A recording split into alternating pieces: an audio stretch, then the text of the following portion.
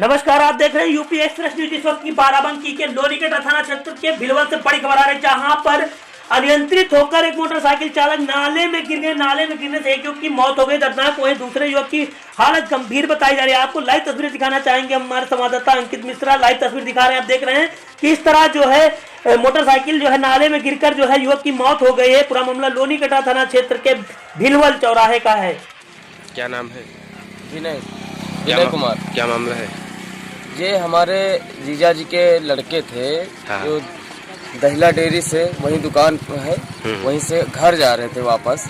तभी रास्ते में जो है ये इधर ओवरटेक करके इधर से निकलती है गाड़ी आउट साइड से, क्योंकि लोग आगे जाके वहाँ क्रॉसिंग से आते नहीं है, कट यही कट से वापस आते हैं। हाँ। इधर चार पहिया कोई जा रही थी, हाँ। उसका कोई हमारे पास डिटेल नहीं है। हाँ। तो ये साइड में कच्ची करके नीचे निकाल रहे थे, तो ये लापरवाही की वजह से इधर देख पा रहे हैं आप। ये लापरवाही है इन हाईवे वालों की। तो यहाँ पे इधर कच्ची में निकालते वक्त नीचे गाड़ी चली गई। इससे एक लड़के की डेथ भी हो गई है। एक लड़का यहीं नवज्योति हॉस्पिटल में भर्ती है।